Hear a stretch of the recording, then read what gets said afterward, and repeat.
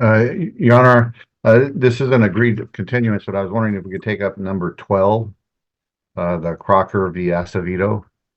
Okay, I'll get to that in a minute. I'm asking for agreed continuances right now. I'm not hearing any, so it'll be just a moment and I will get back to that. This is Miss Acevedo. I'm not could agree to continue with Mr. Agnostu. okay. Right. That's fine. Number 1 on the docket, 0. This is Maudi versus Cox matter. It looks like we have Matthew Cox and we have Mr. Anagnostu. Do we have Rebecca Maudi? Yes, Your Honor, I am here. Okay. And also, Your Honor, Miss Day is here. I believe this is an agreed matter at this point. When you say agreed, what do you mean? Well, the parties are, of course, saying bad things about both sides. There is a guardianship case. The child has already been removed to a relative.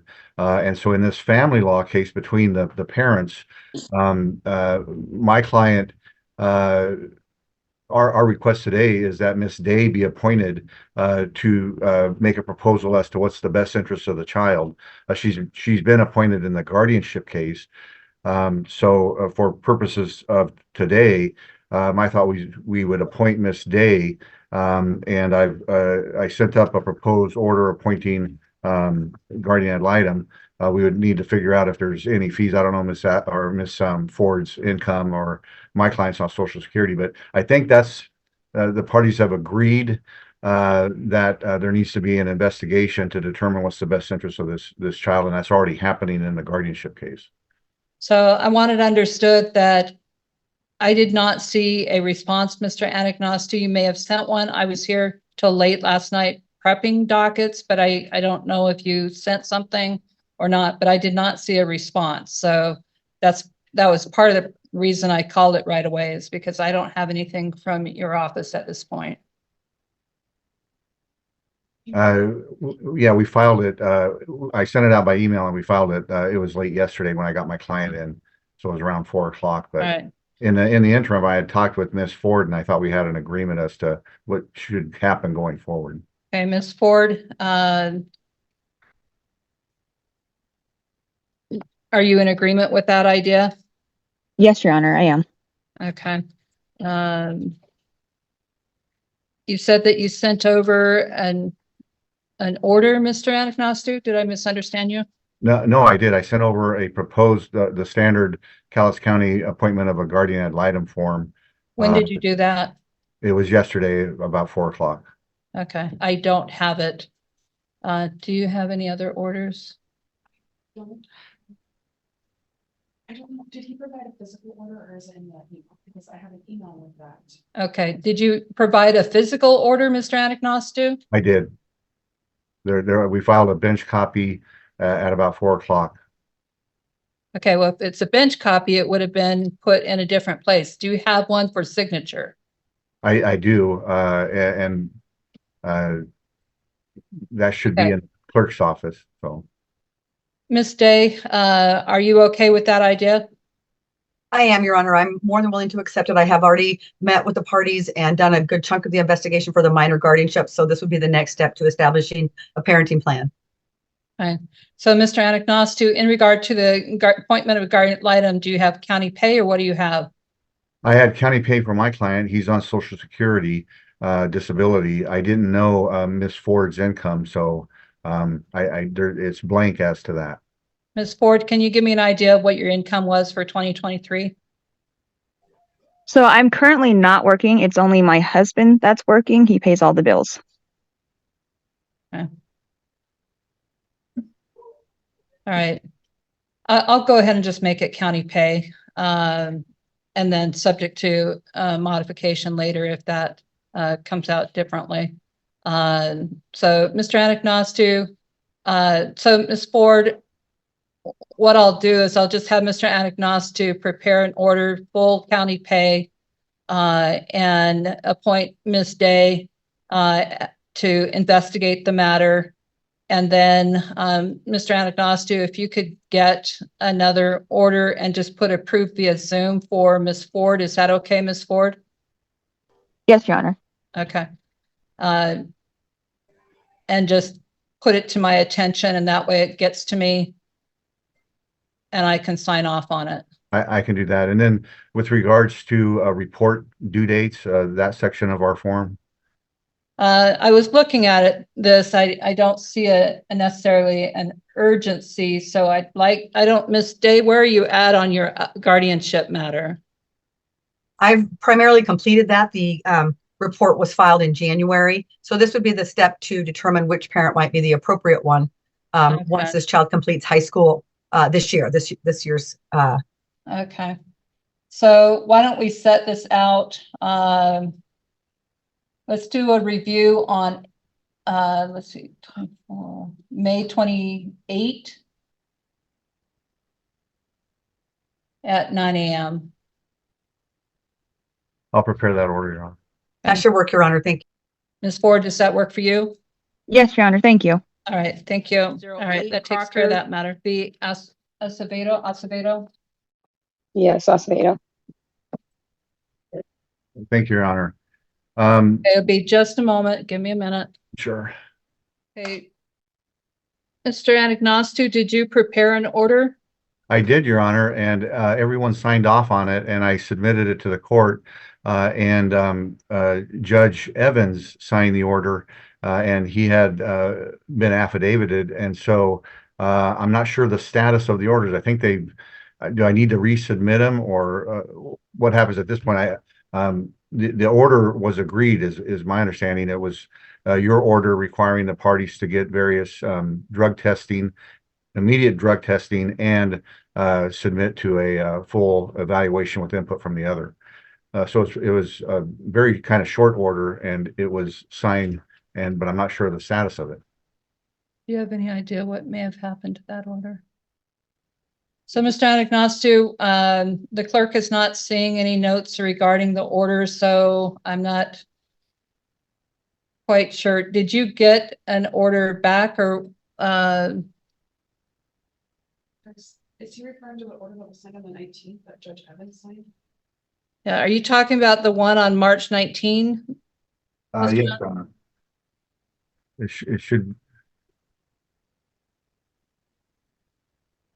Right, and if you send an order like that in, you need to make sure to note on there if there's a nod or recusal. That way, if they're Right. doing the ex parte box, they know that. The question at this time, that was to set it over to April 9. Is that what you're looking at? No, I was looking at the there was an order for drug testing. That would be on the 12th that Haan had Yeah. ordered Right. that testing. And the other matter is the restraining order that they recently filed. Right. Okay, got it. So in regard to March 12, did you prepare an order for that matter, Mr. Anagnostou? I did. Okay. And Ms. Acevedo, did you see that proposed order? Yes, I believe he had sent it via an e-signature, and I signed it and I returned it, and I received his confirmation email that was signed. And we did Okay. complete our testing. We're just waiting on the results. They're Okay, still great. waiting for documents. All right. So, Mr. Anagnostou, at this time, I don't know what to tell you in regard to where that order ended up. I don't have it in my file. And I can resubmit it, Your Honor. yeah, I think you'll have to resubmit it. Put it to my attention so I can sign off on it. And then at this point, that should take care of it for today. And then the matter will be set over for that April 9th day. Right. So Okay. that should take care of it. Just resubmit that order and I'll sign off on it. And then we'll see you back here on April 9th. Very good, Your Honor. Thank you, Your Honor. Thank I you. always say this wrong. Meter. That is ready, Judge. Good morning, Your Honor. Morning, be just a minute here. So I have Mr. Sandy's orders. And I did not see any objections, which are required per local court rule. So, Mr. Roberts, The order, I talked to Mr. Zandy this morning. The order looked fine. The only thing I noticed this morning, and I apologize for not mentioning it, is the medication with complying with psychiatrist orders. Medication was not something that you specifically ordered at the last hearing, and I just asked that be stricken. where is that at? In section 4. Of the temporary family law order? Or- Temporary parenting. And that's the parenting plan that we submitted on March 20th. There's two. We did a revised proposed order after input from Ms. Fellows that clarifies one of the provisions. So the order we're asking you to sign was the second of those, which is the March 20th proposal. All right. I will go ahead and adopt that language. I think it's appropriate, so it'll remain. So with that, Mr. Roberts, are you okay to put approved via Zoom?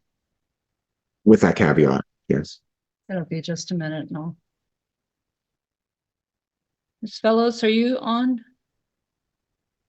No. All right, I've signed the orders. Thank you, Your Honor. Not quite sure, Rakic, I think it's Rakic, Judge. Rakic, and Chen matter. All right, we have Miss Bliss online. We have both parties here in the courtroom. So I'll get to you in just a minute. Miss Bliss, you had a request, I believe.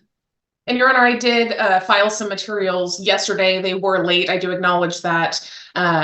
Ultimately, the issue before the court today is Ms. Rakic is alleging that the marriage should be annulled or found invalid.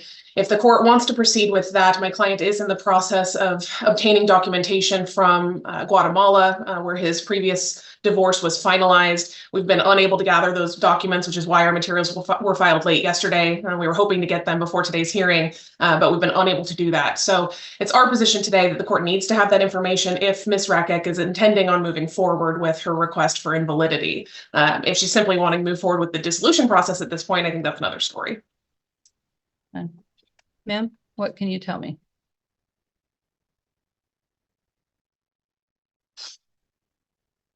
That's what I believe, because that's what he told me after our wedding day. Was just that, and his brother sent him papers. Is that he was still married, but I don't know. Okay. And that's what was told to me by numerous people too that knew him. Are you able to hear her, Ms. Bliss? Yes, Judge, I was able to hear that. Okay. And his brother sent him papers that he was supposed to, there was a signature missing from a wife in Guatemala. And she wanted 2,500 and then it changed to 25,000. And for her to sign that paper. And so that's, I don't know. And personally, I'd like to postpone everything and see if me and him could talk and work things out. Did you hear that, Ms. Bliss? I did, Judge, and I think given that submission to the court coupled with the delay of obtaining the paperwork from Guatemala, I guess at this point it's my request to strike, and then either Ms. Rakic or myself can bring this matter back before the court when we are ready to proceed. Oh. So if you're okay with this, my thought is I'll just strike this, meaning we won't do anything today. And then maybe reach out to Ms. Bliss just to talk to her and let her know kind of what you're thinking. And then it may be just fine for the two of you to talk and work things out. I want to make sure that's what he wants. Okay. Well, it's not going to happen today. Right. So I'll just strike this for today. And if you want it to come back at some point, you can always do what's called a note promotion docket and put it back on a docket. And we can take another look at it. So it doesn't just disappear. But we don't have to do it today. Okay. Okay. All right. So I'll just strike it from today. And then if you put it back on the docket, then we can take it from there. Thank you, Judge. Okay. That's it for today.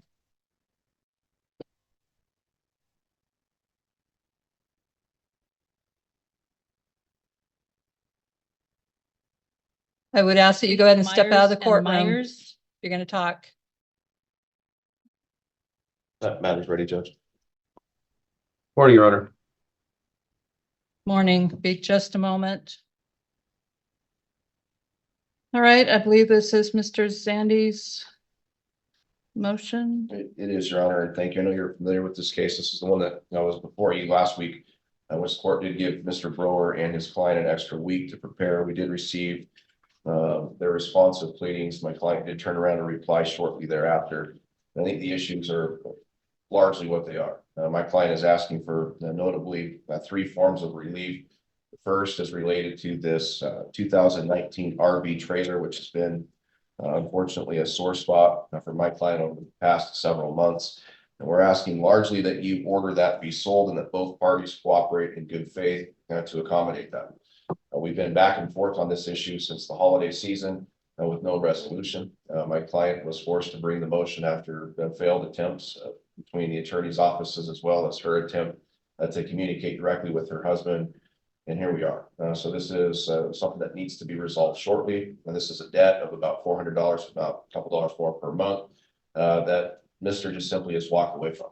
You saw kind of the history of this. This is one where parties took the trailer back in July, just prior to the separation to their daughter's wedding in Cathlamet. And since July, it's sat there. In November, Mr. Myers left and relocated to Texas. He's been there ever since. And this trailer has not been getting paid for. There's been no resolution on where it goes. And it's largely an asset that is sitting there, acquired in debt and on the verge of being repossessed because Mr. largely just doesn't want anything to do with it. Dovetailing that issue is this Chevy Silverado. Again, that's a pickup truck that could be used to haul the trailer, and that is sitting idle in Washington State while Mr. is down in Texas. My client gives you a response in her reply to Mr's suggestion that the RV simply go back to U.S. Bank, where there's approximately $37,000 owed on that. My client gives you expressly some argument why that's not the best idea, most notably because it's then believed to go to auction. Part of that proceeds will go to the debt, but that will still leave significant debt in all likelihood. Our suggestion is simply that the parties cooperate to list that privately, that they agree to a sale. My client is happy to do that and spearhead those efforts. She just needs a way to get the trailer to her residence locally as opposed to where it sits currently in Cathlamet. And again, Mr. has done absolutely nothing to acquiesce to that or negotiate in good faith.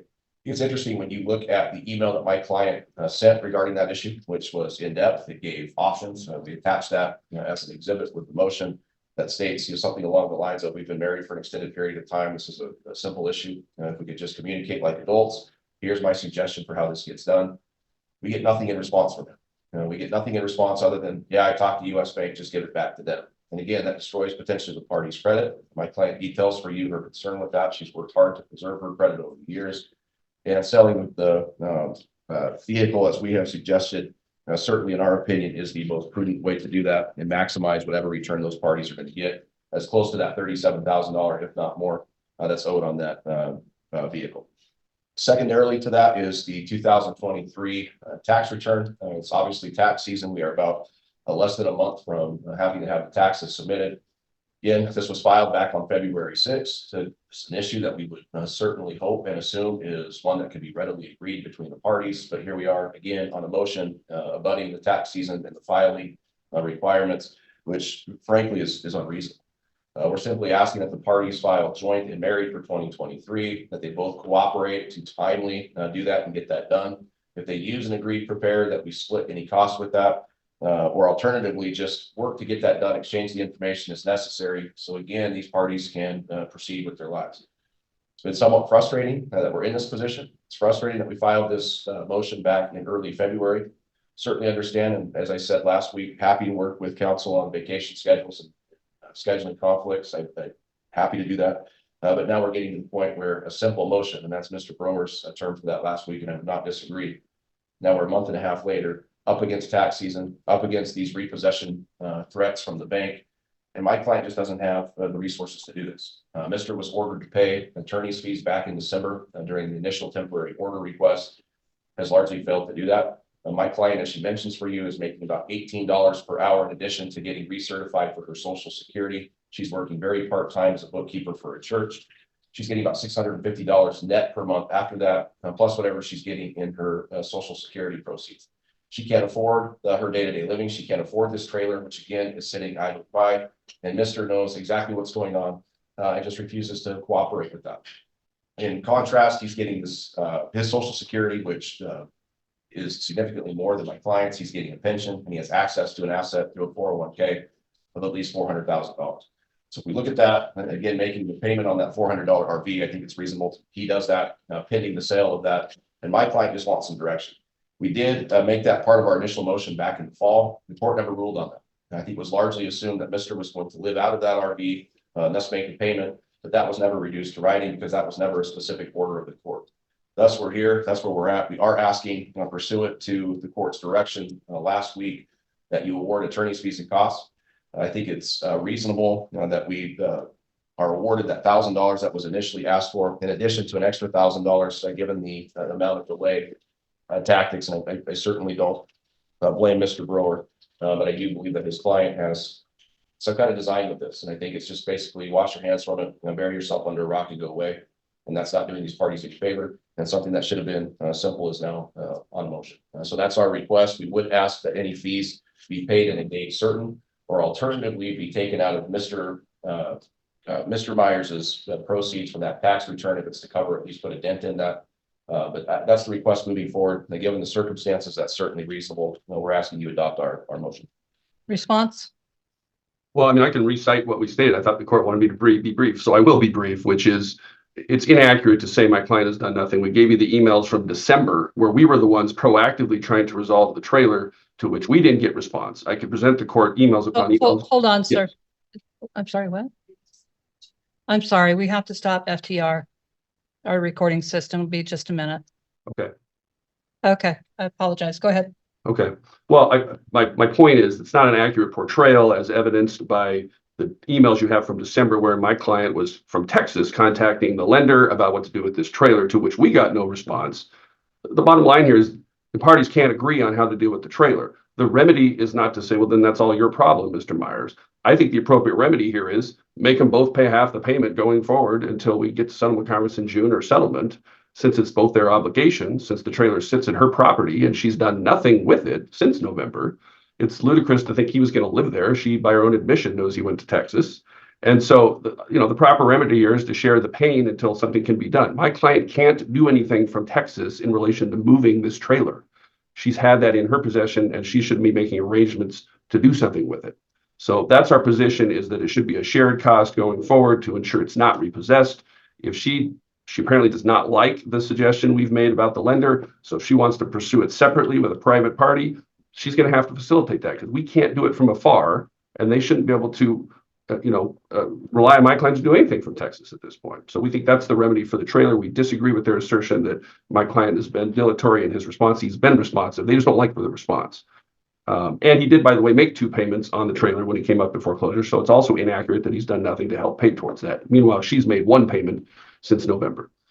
I don't think the court has authority to make my client file a joint tax return. I mean, that decision is the parties, whether they want to file married or separate. My client's expressed concerns about her filing status and the veracity of her filing, and he chooses not to file with her. And that's really the only other thing before the court, are those 2 things, which from our position are just disagreements that should be resolved in the final analysis, but they should share the cost of the trailer until then.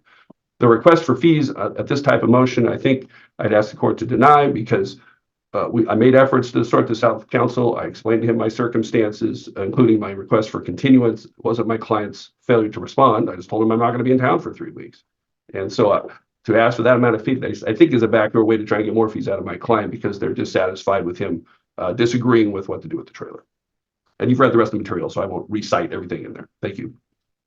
Counsel? To suggest that Mr. Myers has not been dilatory, when again, this was filed back on February 6th and we never got a response, which was 2.5 pages until March 19th. Again, I think speaks contrary to counsel's comments. And again, as far as this trailer issue, been sitting in the same location in Kathleen. My client's tried to resolve that. She's trying to get that to her home in Halls. But again, between July and November is when he left for Texas. He did absolutely nothing to do that. He was not proactive in any event. That's what led everybody to believe that he was going to plan on living in the trailer. So the suggestion that back in December they were proactive trying to do that there was countless emails back and forth between council and I readily admit that, and there has, we weren't able to come to any kind of resolution on that. But since that time, it's been, well, you figure it out and go from there. To have a trailer and an asset that's just sitting there, again, not being used by either party, neither party seems to want that or suggest that they want that. And the only reasonable option to do is just sell that, eliminate that debt, let these parties move on, get out from underneath that, and not pay half of each, because again, we're asking that Mr. Myers would contribute half timely, and that sets up a whole nother series of problems moving forward. Relief, as we requested, is reasonable. You absolutely have none of the authority to order 2023 taxes. Again, if you don't, we're going to be in the same situation. That's not going to get done. We're going to have extensions because he just doesn't really want to do anything but bury his head in the sand in Texas. All right, I did review the files and record, and based on that, the court will order the following. In regard to the 2019 RV trailer that will be sold, and in regard to the process that's going to happen, the fact is that the husband has moved to Texas. So to think that he's going to empty the septic tank and transport makes no sense. That's just not going to happen. So the wife will be the one that's responsible for getting the trailer and getting it moved to where it needs to be moved, and empty the septic tank and transport to where it needs to go. So that part will be on the wife to do. In regard to the $400 per month, just looking at finances, it's really clear that the wife does not have the ability to pay that $400 per month. So I am going to order that the husband maintain that payment until the trailer is sold. And that can be accounted for in the final distribution of making that payment. But for now, at least, he will be responsible for doing that. In regard to the joint filing of the 2023 income tax return, the court does believe it has the authority to order that both shall cooperate with the joint filing of the 2023 income tax return. Both shall furnish all necessary documents to accomplish that to the tax preparer. Any refund will be placed in the account of one of the attorneys. I'll go ahead and just say Mr. Zandy, and any refund can then be either agreed upon as to how it will be split, or in the matter will need to come back before the court. In regard to attorney's fees, the court did find that last week it was continued again. So the court's not going to order a full $1,000 in attorney's fees, but the court is going to order $500 in attorney's fees to be paid by the husband to the wife's attorney, Mr. Sandy, within 60 days of today's date. Hey, one issue just for that, the truck is also there. Can we use the truck? My client's daughter has a CDL. Can we use that truck to haul the trailer as necessary? Yeah, no objection. Okay. Very well. Thank you. All right. Presentation in 2 weeks. That would be fine. Does that work for you? That does, Your Honor. Thank you. Okay. All right. We'll set it over to, what date is that? The 9th. Thank you. Very good. Thank you. All right. Do I have anyone else present on this matter? I see my client and Ms. Day. All right. Do we have Tristan Gilman?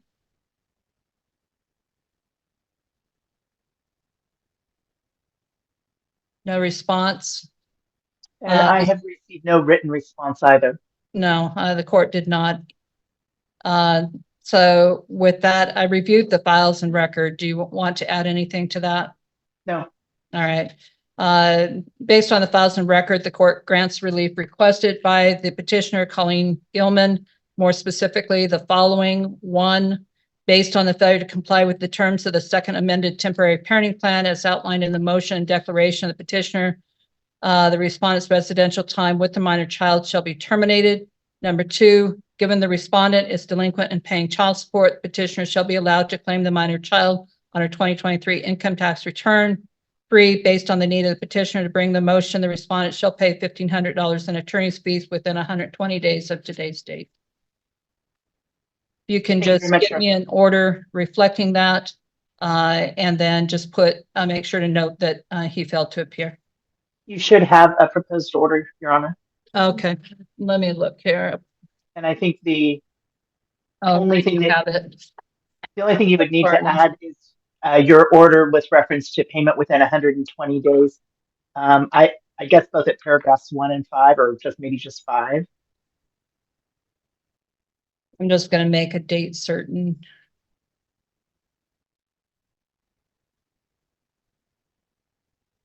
Thank you very much, Helen. 08 Culver and Joplin. That matters, right? I'm here. Yeah, Terry's here. But I thought my client might have been present in the courtroom. Jamie, are you here? Go ahead and come up to the table. So, Ms. Joplin, I did not receive any response from you. No, I have a meeting with my attorney Thursday, and she was wondering if I could request a continuance from y'all because I wasn't able to acquire my attorney in time because I was having a hard time finding one. Ms. Bliss? And Your Honor, I did see that she was just served last Monday. So I think given the short notice, that makes sense. There is a current immediate restraining order in place, so that will need to be extended. I can get you an order extending ex parte this afternoon if that's what Your Honor intends to do. Okay. So, Ms. Joplin, how far out are you talking about, or? I have an appointment Thursday with her at 2:30. So I don't want to set any more on April 9. I think that's going to be a busy day. So I'm looking at April 16. That works for me. Ms. Joplin, does that work for you? I wouldn't be able to see Vinny at all until the 16th or anything until the 16th. I'm sorry.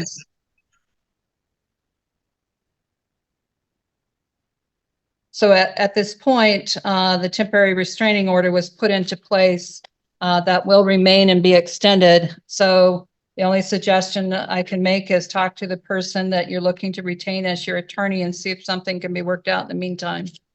All right. Thank you. All right. Thank you, Judge. Thank you. For Ms. Joplin's signature line, obviously that's coming over ex parte, and I know Your Honor likes some sort of indication on that. Should I just put appeared via Zoom? Or Ms. Joplin, so yeah, Ms. Bliss, I think that'll work. So Ms. Joplin, I'm going to sign the order, what's called ex parte, which means they're just going to send it over to me when I'm not on the docket. So just to let you know that, okay, you'll get a copy of it though. Okay. Peterson, right. Thank you. thank you. Thank you. Your Honor, I'm appearing on behalf of the respondent, Tristan Peterson. Do I have anyone else appearing on this matter?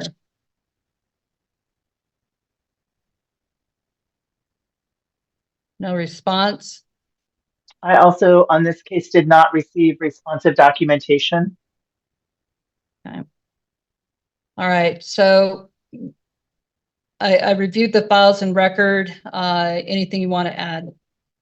No, you should have a proposed order from me that's consistent with the relief requested, and also scheduling a review hearing on April 16th at 9 a.m. Okay.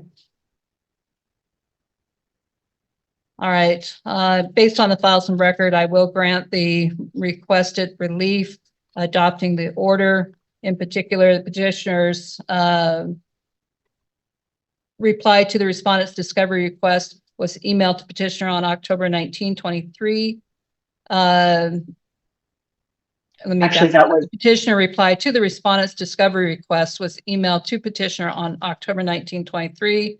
Petitioner shall pay and respondent shall be awarded judgment in the amount of $750 in attorney's fees and costs incurred in bringing the action. Petitioner shall provide and produce all discovery answers and request documentation requested documentation no later than Wednesday, April 3rd, 24 by 12 noon to Noel McLean, and to appear in court on Tuesday, April 16, 24 at 9 a.m. to determine if such was done. If not, then the court will consider striking all of the petitioner's pleadings and enter an order of default against him, or alternatively enter a limiting instruction for testimony at the time of trial. and we will provide Mr. Bondurant with a conformed copy of the order once it's available on Odyssey. Okay. Thank you. Thank you.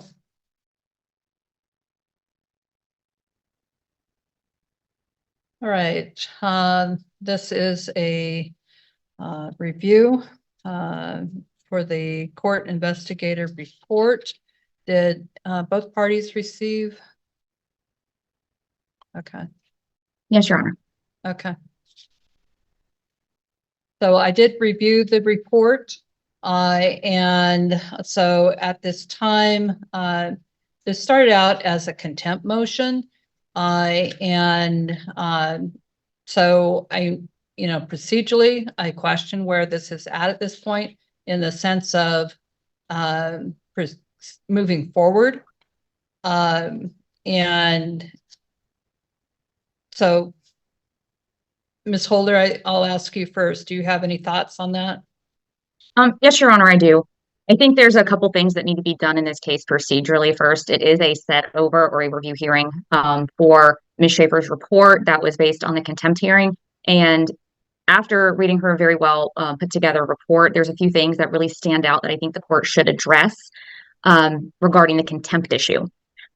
First, the first issue being the first contempt that happened, the court directed mom to work with dad to make sure that dad could see the girls.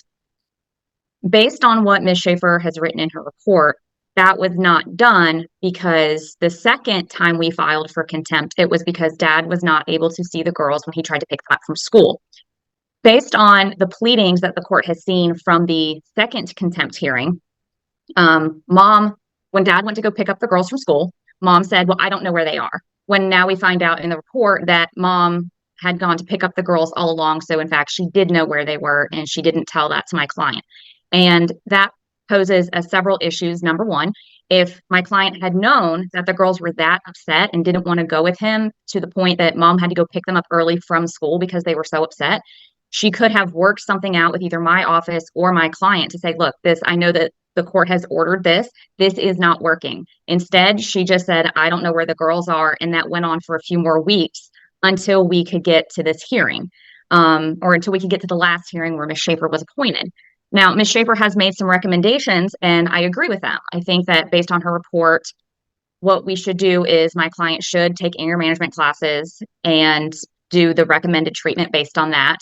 The parenting plan we have in place now, it really doesn't address the issues that that Ms. Schaefer has put in her report recommendations. So what I would suggest we do is we set this matter over for a week or two that would allow both myself and Ms. Gardner to work with the counselor who's listed, Ms. Charlotte Rawson, to see what her recommendations are for reunification, as it's clear that some type of reunification needs to be done here.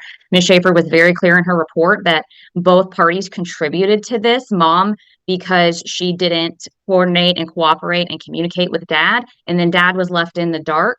And so that needs to be remedied, as there's only 2 years left for these girls before they turn 18. So what I would recommend the court do is go based off Ms. Schaefer's recommendations. My client get anger management. We figure out by talking myself and Ms. Gardner to the counselors to see what they recommend for reunification. Then we come back with some type of an agreed order that would change the parenting plan to reflect those recommendations. And in the meantime, I would still ask that Ms. Gardner be held in contempt why we originally came here, because it's clear from the report that she was again in contempt and she didn't communicate what was really going on, and that exacerbated the situation even more. You have a response? That was from the counselor that wrote that, and the counselor didn't know what was going on. I did not pick them up, and they went and told their dad they didn't want to go that day and left with their friend. So they did have their dad, they went up to their dad and said, did you not get my email? I do not want to see you. So they did go see him and talk to him. It's not like they ghosted him. Ms. Schaefer, anything you wanted to add? Yeah, I wanted to clarify that Miss Gardner did state the first time that she did pick up the girls, but after she was in court and was told that that was contempt of court, she did not say to me that she had any interference after that. She was unclear where the girls were the second time, and she said, because I had questioned her that, Mr. Randall had said he thought he saw her husband's truck, and Miss Randall said that, Miss Gardner said it was a friend's truck. So she really didn't know where the girls were at the time, and she had asked the girls had they gotten home, and they had gotten home from a friend the second time. So I don't believe she interfered that second time. So I just wanted to clarify that. Ms. Holder, anything further? My understanding is based on the report, and Ms. Schaefer can maybe clear this up some, is the first time after that contempt hearing, my client went to go pick up the girls walked over to his truck and said, I'm not going with you. And the second time and the times after that, the subsequent times, the girls were nowhere to be seen. So I'm not sure if that needs some clarification, but my understanding is the first time after the contempt hearing, the girls walked up to his truck, said, we're not going. And then it was the following week, after we had already filed for a second contempt, that mom picked up the girls from school. So in regard to this, as far as the idea of contempt and compliance with this, the court does not find a malicious or intentional violation of the court order by mom on the second contempt. Did on the first, I do not on the second. And I base that on, I think there are a lot of things going on with these children that, as Ms. Holder indicated, is contributed to by both parties. And so in particular, the court finds the responsive behavior of Mr. Randall as rude and disrespectful when Ms. Schaefer had made contact with him. And the court understands that he was in pain, but if you're going to choose to answer in an aggressive manner, as indicated, and then apologize, is still not appropriate. And I believe most importantly, it's the pattern of what's seen that reflects exactly what the children have been saying in regard to the father. And that sort said, the court also finds the report that the mother has given the children the idea that they do not need to listen to or respect their father if they choose not to. And the court believes that has been done by her own actions toward the father. So meaning that they learned from observing, maybe more so than just directly telling them this is what and how it's done. Bottom line is, it has taken years to build this up to the point that the girls, for the girls, and they're now at ages where they're going to be moving into independence. And that's what the court is saying is a learned behavior that has escalated to where it is now, essentially what Ms. Holder said when she first was talking. So there's no real way to change this at this point, regardless of where the fault may lie. And so at this point, I would agree with Ms. Holder that I think the counselor needs to decide about or give some input about reunification and whether that's even something that's workable or possible or how it's going to be. I don't know. Sound like very independent girls and that for their ages, I don't find that unusual. So, it's definitely going to be complicated. With that, what are your thoughts in regard to the recommendations of the guardian ad litem? I believe he should go to anger management and the reunification counseling. Okay. And remind me, they're seeing who right now? One of them is seeing Rosen and the other one is seeing Melanie. They couldn't see the same person. Okay. Because they said, I don't, in case there's like a problem. Is that someone that does reunification type counseling or? I'm not sure. So I know Miss Rosen does. I'm not sure on that. Okay. All right. So I think it would be good.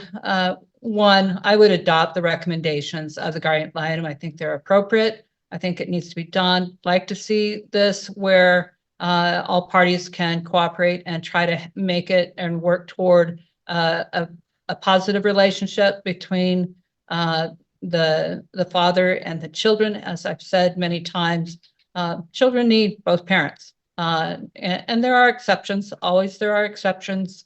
If it's where somebody is not appropriate to be around a child, that's one thing, but I'm not necessarily seeing that to the point other than the father clearly has some issues as well. So with that, I'll adopt the recommendations, and then I'd like to see work on the reunification part of this.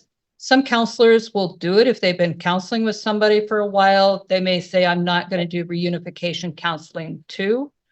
And Ms. Schaefer, do you have any recommendations as to who else they might be able to go to? I'm going blank on the name. I know that the one girl that is going to see Charlotte, the other child is seeing somebody else in Charlotte's office. So I'm hoping that they will be able to work in conjunction because it is within the same office. And although Ms. Rose and I played phone tag, she did say that she would be available on Friday to kind of discuss this some more. So I'll put that out there to both parties. If they would wanted to reach out to her on Friday, that she might be able to give some more insight as to how and when that might take place. So mom is saying they're not in the same office? I couldn't, it was very hard for me to get them in. So the other one's name's Melanie Randolph. Oh, I apologize. I thought they were in the same office the way it was presented. Okay, all right. So it sounds like maybe Friday, they could maybe talk to Miss Rosen and look at doing. My daughter has an appointment tomorrow morning with Miss Rosen. Okay. Okay. Well, bottom line is I want to see reunification counseling and try to work on this as a whole. And so, Ms. Holder, are you proposing that we set this on again, or do you want to just note it up if you can't get anywhere? I would like to set this over and to put it on again, just so that we can guarantee that we are going to get something in writing before the court that works for both parties and the girls, more importantly. That work for you? So we're coming back to court about the. Yeah, I'm looking at April 16. Just to try to get this in writing so everybody's on the same page. Okay. Okay. Is that a Tuesday? It is. All right. So I'll go ahead and set it over to April 16 at 9 a.m. for two things. One, presentation, and two, to review the status of reunification counseling.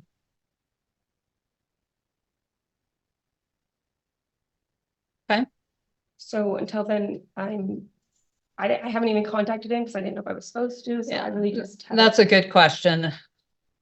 It's going to be difficult. I want Dad to get into that anger management. If he keeps up with the behaviors that I'm seeing as a pattern, and that Ms. Schaefer was seeing as a pattern, he's only going to push those children away further. So I think this needs to be, I'm not going to formally change the current parenting plan, but I think you've got to work with the girls at this point until reunification counseling can get done. So I'm not going to tell Dad that he's going to have all of his regular visitation time. So try to promote it, try to work on it, get some input from the counselor. That's the whole idea, is talk to the counselor, work with the counselor to try to figure out how to get them reunified. Okay.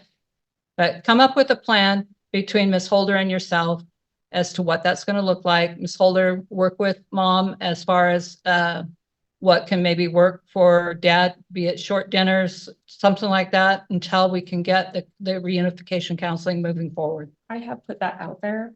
First time they wouldn't go, I said, can I meet with you guys and we can all go to dinner? And he didn't want anything to do with that. Okay.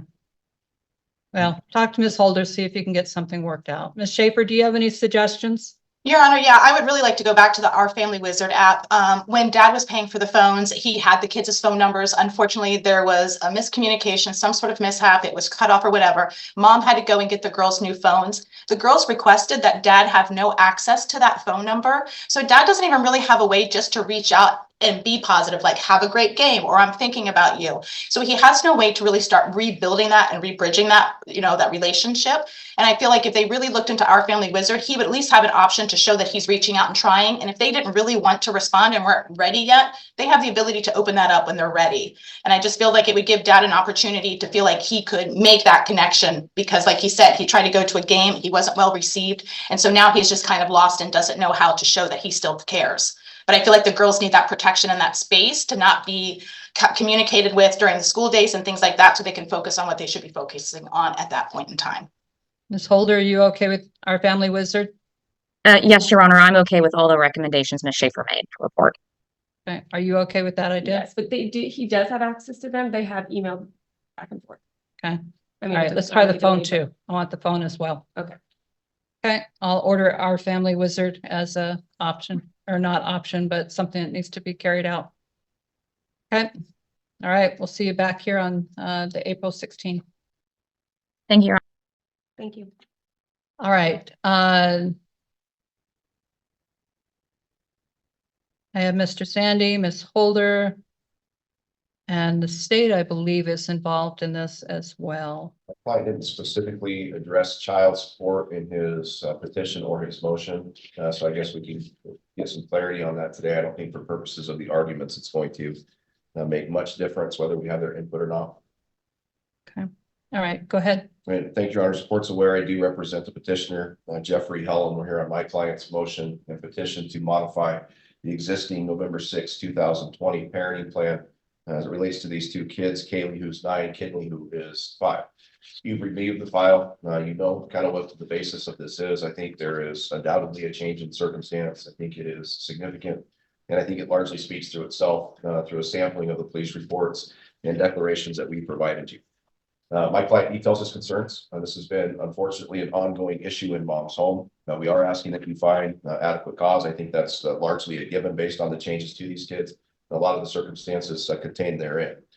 I would note that mom's house right now is, I guess the way you can really phrase that is dangerous to these kids. And again, the modeling that mom is setting for these girls, the pattern and conduct that mom again continues to engage these girls in is not only detrimental to their current emotional and mental health, but long-term as well. And when they're deciding when they meet a significant other, what is appropriate in a relationship, up until this point, they've had no good directions, and frankly, from either parent. And my client details that for you. He acknowledges that.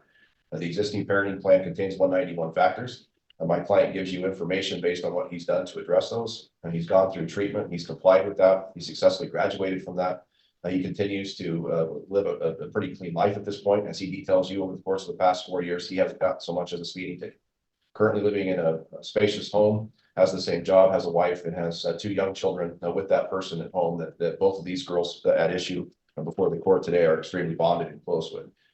We look specifically, and I'm not going to go into great detail with this, other than to say mom's current environment for these girls is not healthy.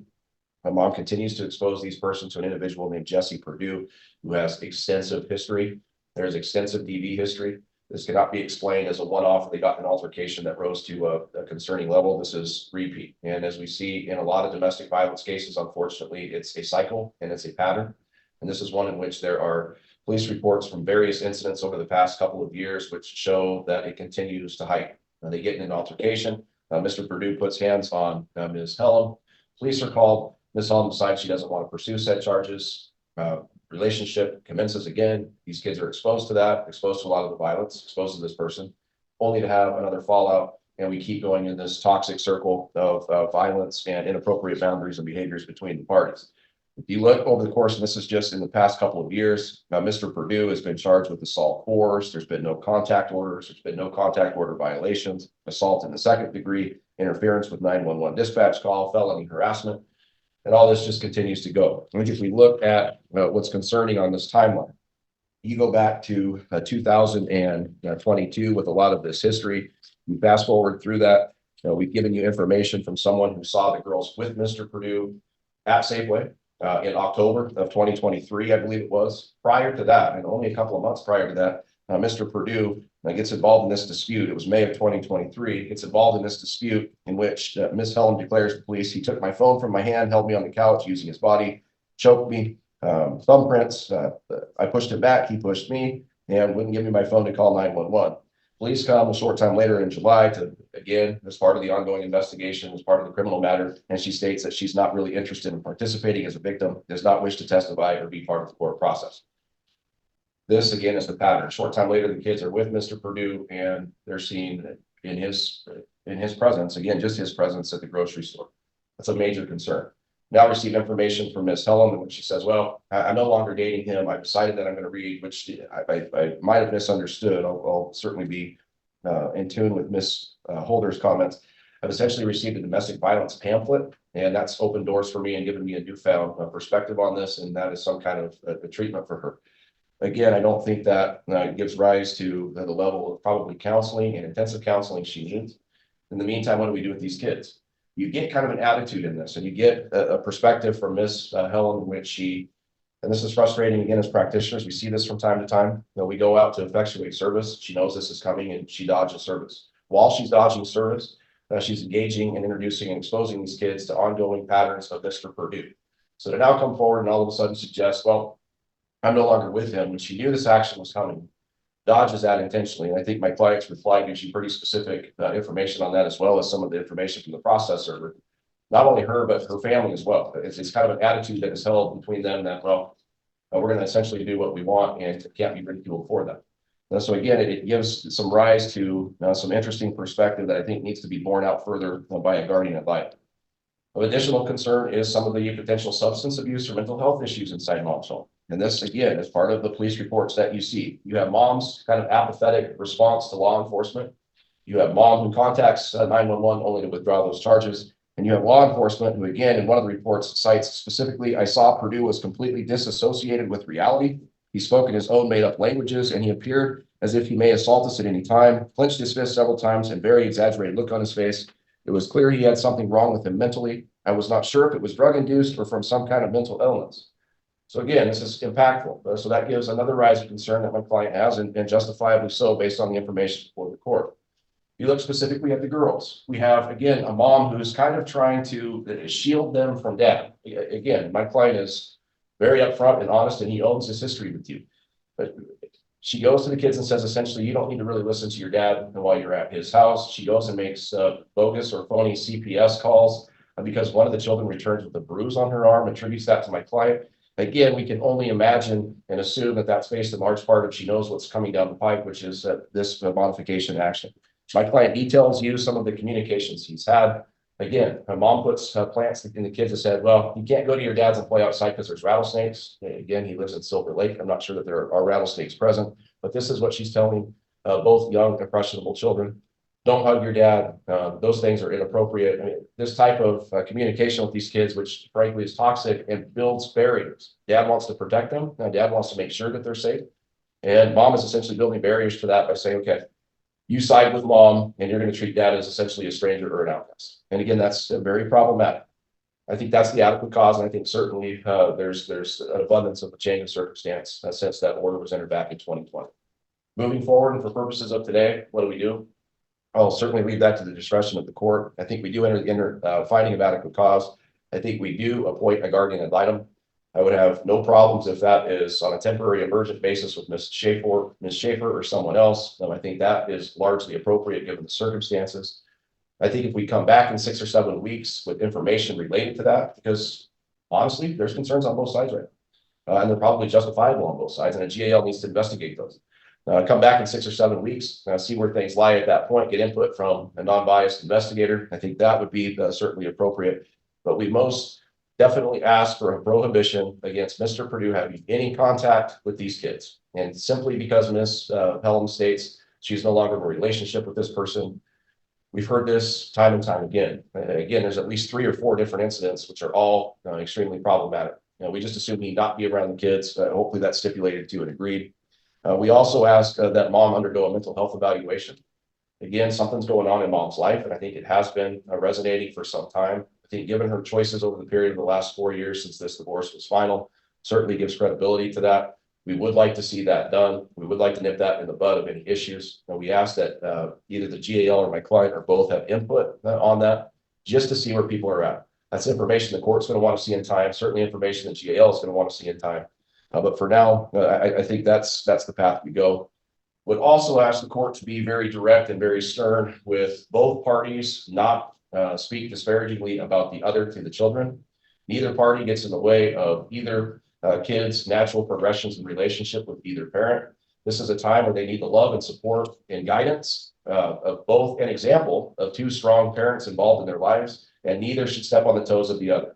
There was this allegation about making fun of physical appearance. Again, that should not happen. My client tells you it didn't happen, but nonetheless, we agree that that should be absolutely prohibited.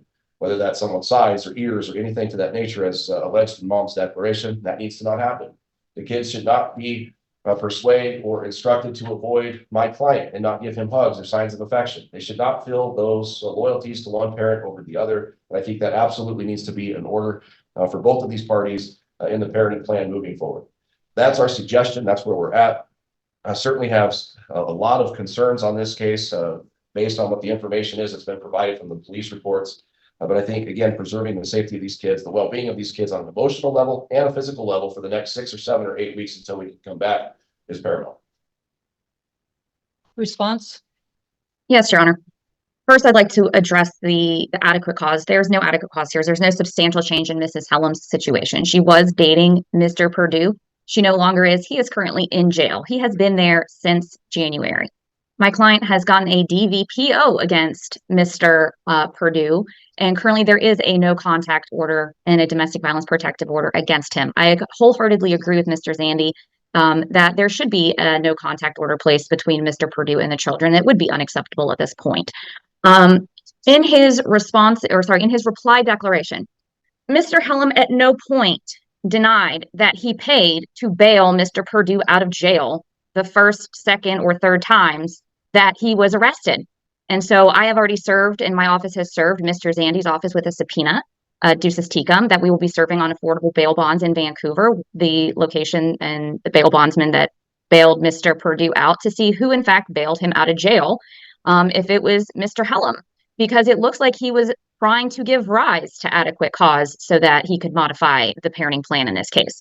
So it's very interesting that he didn't even deny the fact that my client says that Mr. Helen is the one who bailed Mr. Purdue out of jail, which opens up a few questions of, if he is so concerned about Mr. Purdue and his mental health and his criminal record, why would he bail him out of jail in the first place if he knew that he was going to go right back to Miss Helen and to the children? The second thing is he does not deny hiring a private investigator to tail Miss Tina Day, who was the first GAL in the divorce proceedings. No mention of that in his reply. It's extremely troubling that Mr. Helen has a pattern of not being protective, but in fact being controlling. This isn't about protecting. Hold on, Holder. Thing that's just not in the pleadings. I didn't read it that way. I thought it was. I certainly recognized the issues with Miss Day, and we addressed that. I didn't see anything where he had a personal or private investigator following Miss Day. I didn't see that in the pleadings, and if it's in there and I didn't see it, I apologize, but I don't recall that being part of the. Holder, I don't recall that particular issue. I had the idea he supposedly was following. Maybe I missed that part of it. It is in the responsive declaration from my client, Your Honor, that it is in there, and we did put it in there. Okay. But go ahead, one way or the other. Okay. It's troubling either way. He doesn't deny that in his reply declaration. As far as the snake comment and the rattlesnake incident, we addressed that in our responsive declaration as to the facts that actually happened. It was my client alleges. So we either have a situation here where a little girl was left alone in the woods and saw a snake, whether it be a rattlesnake or something, or we have a small child who is saying that she saw a rattlesnake as an excuse not to go to her dad's home. Again, very disturbing that it's one or the other here. Mom isn't planting ideas in her head, in the child's head. The child on a Thursday before a weekend residential visit with her dad is crying, saying she doesn't want to go.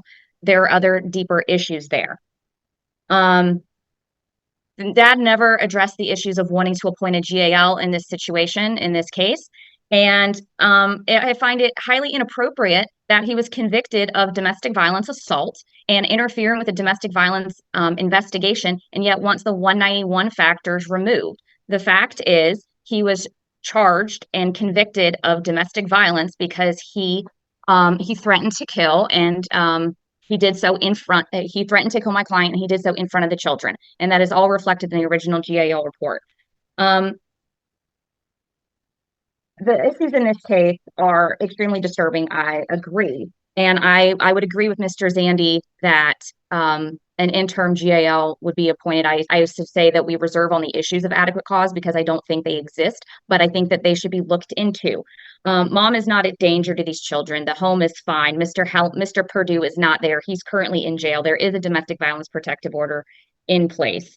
What I will say is my client is a domestic violence survivor, and this started with Mr. Helen. This is the first time. Mr. Purdue is the first boyfriend that she had after the divorce, and it would appear that Mr. Helen just doesn't like that and wants to control the situation. This is a cycle of abuse, I will agree, and my client is working on addressing those issues. She's currently unemployed, which is why she is pursuing the domestic violence pamphlet she was given. She's working on getting on state insurance, but as we all know, it can be difficult to get counseling and to get therapy without insurance, but she is working on that. She needs counseling, as do the girls. As far as the CPS and my client calling CPS on dad, that didn't happen. The girls There was an incident at dad's house, and the girls reported this to their counselor, and their counselor is a mandatory reporter. And so the counselor is the one who called CPS for this issue.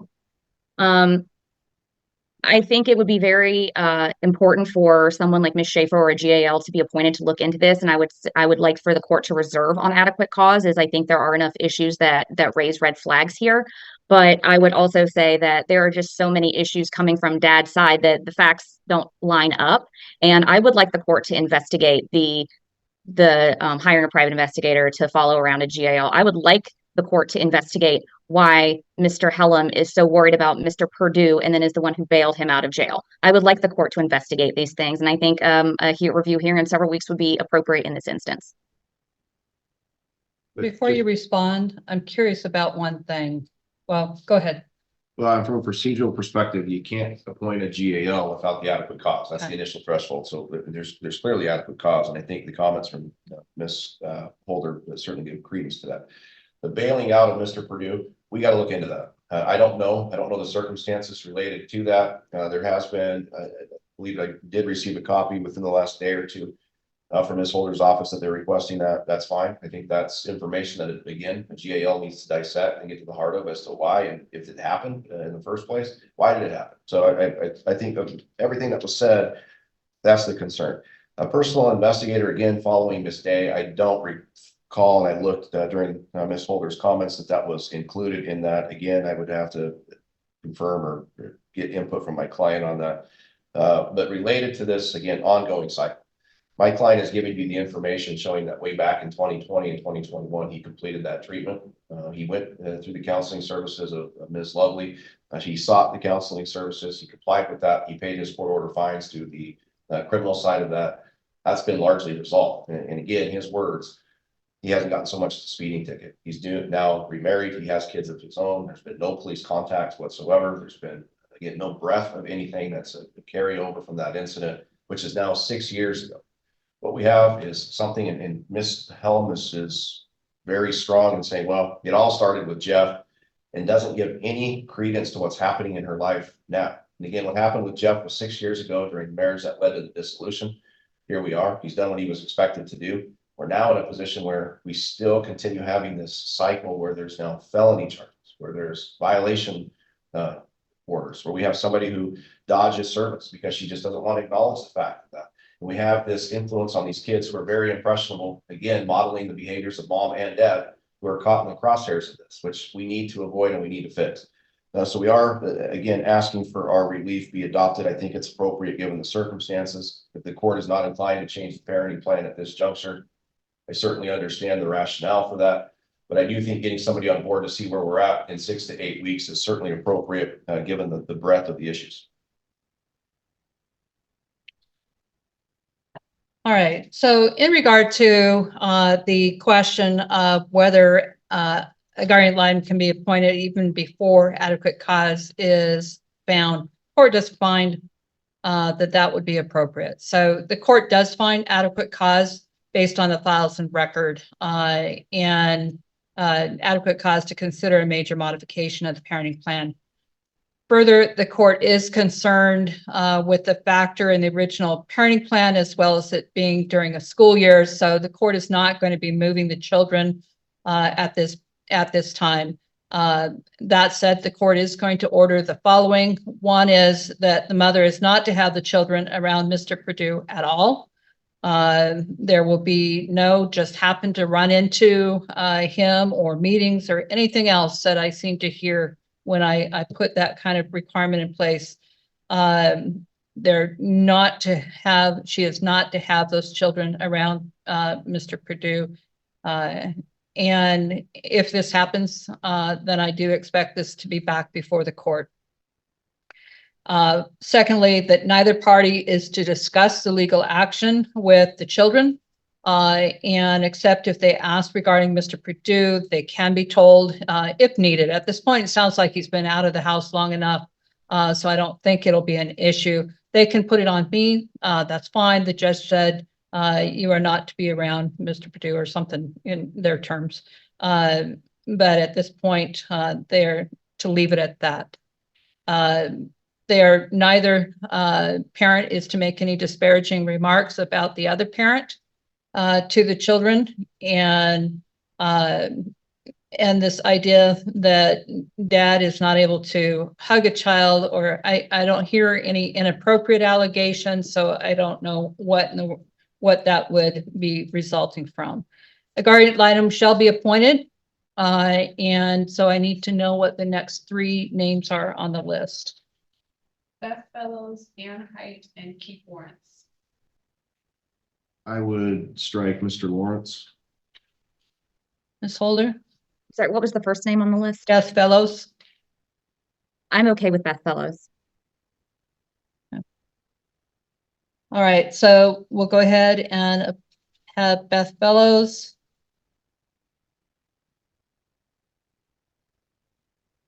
I'll just go ahead for now to make it private pay, and in this 50-50. Your Honor, my client is currently unemployed. Is there any way we can do county pay on this one for my client? And your client? My client is employed for the Port of Longview as a longshoreman, so Okay. I have no problems if this is county paid on Miss Helen's portion of that. We just Okay. need to figure out what's best for these kids, and I think that's the first step. So we'll go ahead and for the mother make county pay her part, and the dad's private pay. And then we'll look again at this in 60 days or earlier if there's a problem. But meanwhile, hopefully there won't be. And presentation, I'd like to get that GAL order done soon. Is next week too quick of a turnaround time? No, that's fine. And I'll get that to you just as soon as I can, Miss Holder. Thank you. If you get it sooner and everybody's signed, just send it to me with what it's about, and so I can know what we're doing. Very well. Okay. Your Honor, Thank you. Deanna Rush, All right. hearing for Thank Ms. you, Your Honor. Marot, the petitioner. Thank you. Thank you. It'll be just a moment here. Go ahead. Thank you, Your Honor. Sports aware, I do represent Nathan Marot, who's the moving party to the motion for temporary orders in front of you today. My client is the current husband of the petitioner and the father to their 3 kids, Theodore, who's 17, Lillian is 12, and Leo is 7. I think it's very safe to conclude that this case has several and very significant issues, and we're not going to be able to parcel those all out today. This is going to be one that is going to take some time to get through, to figure out where things are at, and hopefully put these parties and these kids on a path that's going to lead to some long-term success. My client's primary concern with this is the children. This is one where I think you can readily assume through the communications that both parties have given you that there is significant issues at home. This is a home that was purchased back in August of 2023 during the middle of the relationship starting to trend towards failure. Now, this is one where the parties have been in that since August, trying to essentially patch it together and make it work. And they have not done a very good job of that because the kids are suffering at home. We look at what's happening with Theodore and especially Lillian in contacts with their mother. It's significant. There has been a toxic environment that's been created somewhere along the line. My client was admittedly surprised when he reviewed the responsive declaration saying that he was somehow coaching the kids or he was somehow impacting that relationship with their mom. And the information in front of you shows this has been deteriorating for some time. If you look at Theodore, and it kind of starts there. Theodore is the oldest child. He's essentially at this point refusing to communicate at all with them. The communications he does have in traumatic type encounters. This is the same child who got in a fight, physical altercation with mom several years ago. I believe that was 2021 or 2022. We provided you pictures of that in which there's punching, there's slapping, there's biting. We provided the information that was obtained directly from Ms. Marot that shows the degree of that at a time that she gets in a physical altercation with her teenage son while my client's at work. That has not gotten any better. And we now have Theodore, who not only does he not communicate with mom, but he's resorting, as is Lillian, to these type of self-harm measures with themselves. This is again in response to mom, who has threatened to do that again in front of the kids in the past. This was around the same time that she was admitted for mental health issues to a hospital or a facility in Vancouver, in which she ingested 40 plus Benadryl in a apparent suicide. She now denies that. That's kind of a common theme for her. But nonetheless, we've got these issues which are all surface level and exploding before us. We have Lillian, and Lillian, the same type of child, a similar mindset with mom, in which the communications, and we received, I believe it was text messages from Miss Rush's office late yesterday afternoon. I did review those. I've never really seen text communications between a 12-year-old and their parent that give that kind of rise for concern. This is a toxic relationship between Lillian and her mom. Mom doesn't do anything to combat that. Mom takes the child with her to a friend's house, gets inebriated, and starts talking about dad and disparaging dad. And Lillian, who is at this point strictly aligned in dad's camp, doesn't like that, is used as a go-between, and that blows up as one would expect. That's a major issue. This all stems from mom's choices. Mom's choices over the past 12 months or so have not been good at all. And we can talk about the boyfriend. I think that's self-explanatory. The kids know about this person. The kids see mom's social media posts. They have access to, I'm assuming, and I'm not tech savvy, so I apologize if I'm incorrect. They have under this iCloud type of a thing where they have access to mom's watch, which gives text messages, mom's phone, mom's social media, and mom is not slow to post her entire life on social media. We've given you information related to that. Mom spends ample time discussing the relationship with my client and the marriage. She has the peanut gallery essentially giving her information about my client and this other boyfriend. She then goes and disparages the new boyfriend she has and talks about giving him $15,000 only to get back together with this individual. The kids see this stuff. So for mom to sit there and point the finger at my client, which is very convenient at the time of a hearing to say, well, you're the one that's giving these kids and coaching them to not like me, again, is not borne out by the information and the facts in front of you. That's problematic. I would suggest that mom stays completely off social media for the time being and doesn't feel so free to disparage her own family, disparage the people around her, and basically give everybody information that the world just assumed not have. A little bit of privacy, given the circumstances, would probably go a long way. Mom hasn't figured that out to this point, and she needs to. So when we start with the parenting plan, now my client asks that he be deemed the residential parent, and I think that's probably the only way that we can do it. He's currently home with the kids, pending him finding a new job. Mom, who has largely moved out, mom has kind of been taking her stuff and going since the holiday season or shortly after the first of the year. Mom's gone 2 to 3 nights a week generally to Tillamook to hang out with her family, the boyfriend, and apparently her friends. Mom's making her own choices. The kids resent that, and mom continues to do it. I mean, so that's where we're at. And again, if you look at the responsive pleadings of mom, where she says, well, I was the traditional caretaker for these kids. She's not now, and she hasn't been in some time. So we got to look at what puts these kids in the best position to thrive. And anytime you've had 4 911 emergency calls since December of 2023, that's signs of a major problem. Anytime you have a 12-year-old with so much venom and anger towards you that receive these types of text messages, that's a major problem. Anytime you have a 12-year-old and a 17 themselves, that's a major problem. And mom, in her response, was kind of flippant to that. Mom's just kind of like, oh, well, I can tell you 1,000,001 things to change your mind, but I'm not necessarily going to. Talks to the child like this is a schoolmate as opposed to a mother-daughter type relationship, and that's very problematic. Mom also doesn't recognize the impact of her choices on these kids. In fact, she leaves the house for 2 to 3 nights a week, goes to Tillamook to hang out with the boyfriend. That puts the kids in some kind of emotional pain and angst as well. Mom really doesn't care. Mom continues to do that. Mom exposes, and mom's general approach to this whole thing is, well, deny it, deny it, deny it, put everything on dad. You look at the information, again, she can't stay off her phone. She can't stay off social media. That undermines her entire arguments and that responsive pleadings that she files. Mom has these communications with a friend or a sister or somebody when she's referencing having a good time with Molly, which is an illicit drug. That same friend in the banter back and forth is talking about Alice, which is in reference to acid. Mom then comes forward and says, I'm clean and sober. I'm not going to have any, I don't use drugs. Nathan used drugs and Suboxone over a year ago, and he's the reason for this problem. But then when we ask for a hair follicle test, does nothing to voluntarily do that, does nothing in her pleadings to suggest that she's willing to do that, just simply denies. We talk about the boyfriend. And again, this is one of the major nexus in the problems, not only in the house with my client, but also with the kids. Mom makes no bones about this longtime friend, The same longtime friend that's never been introduced to the kids. The kids had no idea who he was until such time as she starts dating him a year.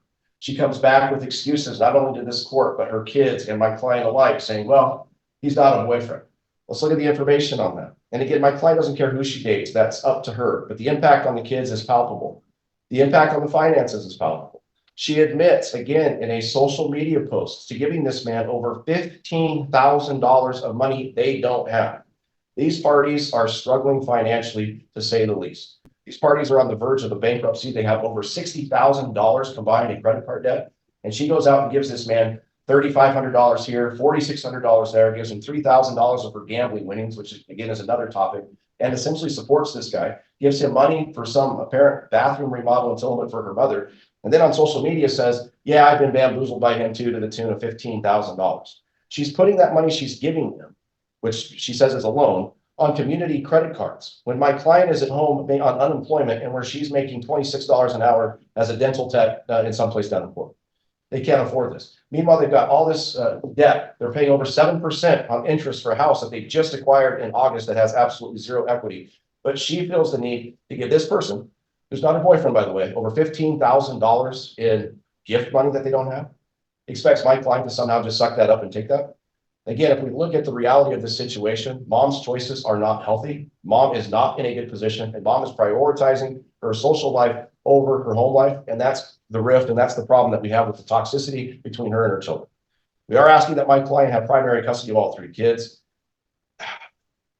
I think the only way we can proceed is with a guardian ad litem, and God bless whoever that person is, because there is a lot here to try to unpack, and there's going to be a significant amount of information provided. Theodore and Lillian are at ages where they can talk to that person, and hopefully that person is tactful in their approach with these kids, because these kids are having problems. Lillian continues to run away when she knows that mom's going to be there. Mom doesn't care. Mom posts on social media, again, can't believe that he's asking for primary custody, goes on this long diatribe of line after line after line of the relationship, recognizes the problems with the kids, recognizes that she's not in a position to care for the kids because she's working in Portland, they're living in Woodland. That recognizes the fact that one kid's running away and another one is lighting her up on text messages, but says, well, I want primary custody. Again, that's somebody who's not thinking about this through an objective lens as to what's best for their kids. This is somebody who's looking at this through a personal lens on what they want for selfish motivations, and that's what we have here. As it relates to the home, we are asking that my client be awarded that, not necessarily because he wants the home long-term. I don't think either one of them can afford it, although we're hopeful, but because we don't want any disruption to the kids' lives. We are asking that mom, who again has already begun packing things and moving out slowly, has an exit date of April 15th. That gives her several weeks to continue doing that. In the meantime, keep our fingers crossed that there's no more dramatics inside the home. Wherever she moves is where she moves. She's the one that's currently making about comparable income to what my client's getting on to the unemployment. That's the best route to have. I have no idea what we do with visits. That's going to be extremely problematic. I think Theodore's at an age where Theodore has input on that. Lillian is the one I'm most concerned about on how we approach that, because she has an absolute allergy to her mother right now. And that's borne out by the information in the declarations. The youngest child, Leo, hasn't been impacted like the other two. We want to preserve that relationship he has with mom, but we do not want this Alex person around any of the kids, including Leo, given the nature of the criminal history, the drug abuse and such. And again, any visitation should be pending a hair follicle test coming back clean of all illicit substances or unprescribed substances. Both parties are on ADHD medication. We can expect that there might be a little bit of amphetamine in both results, but nonetheless, that kind of is what it is. I think everybody agrees my client's been on Suboxone for the better part of over a year now. So that's the positive. As it relates to finances, and again, much like the parenting plan, what do we do with that? No idea. It's a tough one. There's not enough money to go around, but we are asking for an absolute order that states nobody is to gift or loan or use credit on any other person outside of the benefit of the community or the family. Mom needs to stop doing that. Mom needs to stop gambling. So that's been an issue. As recently as Christmas, she won money and ended up giving a large chunk of that of $3,000+ to the boyfriend. And she could have used that again to preserve the home. By the way, that was over Christmas. When she chooses to spend Christmas with her boyfriend or long-term family friend, whatever it is that she described him as in her declaration, as opposed to fixing the relationship with her kids, she chooses that. So again, if we're looking at it from that perspective, that needs to stop. We need to quit wasting what little money we have on those types of expenses. As it pertains to the home, again, that's a significant asset we would like to preserve. The mortgage alone is about $4,200. And again, as I mentioned prior, that's at 7.75% interest rate. My client, who is continuing to pound the pavement looking for work, will pay that. As it relates to these credit cards and these other debts, I don't know that we can do anything outside of both parties make their best efforts to pay towards their credit cards. I've spoken to my client about the possible bankruptcy that could be looming. But if you back out the $15,000 to $20,000 that mom has given her boyfriend, that's a much more manageable spot than they currently find themselves in, and that needs to stop. Each party should be responsible for their own fees and costs. And as far as a GAL appointment, that should be split equally if the court's inclined to do that on a 50-50 basis. Number one priority is these kids, and how do we fix those? If we could resolve the financial issues, that would be great. But again, as I said previously, I think this is one that's going to need to take some time to get through and figure out some solutions. I don't think we can do it all today, and that's unfortunate, but that's the reality. Response?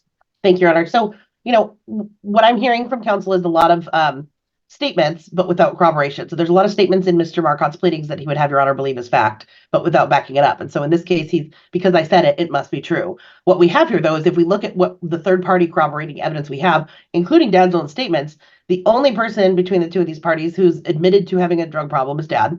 The only person who, between these two parties, who is currently in the home with the children while mom's at work all day is Dad.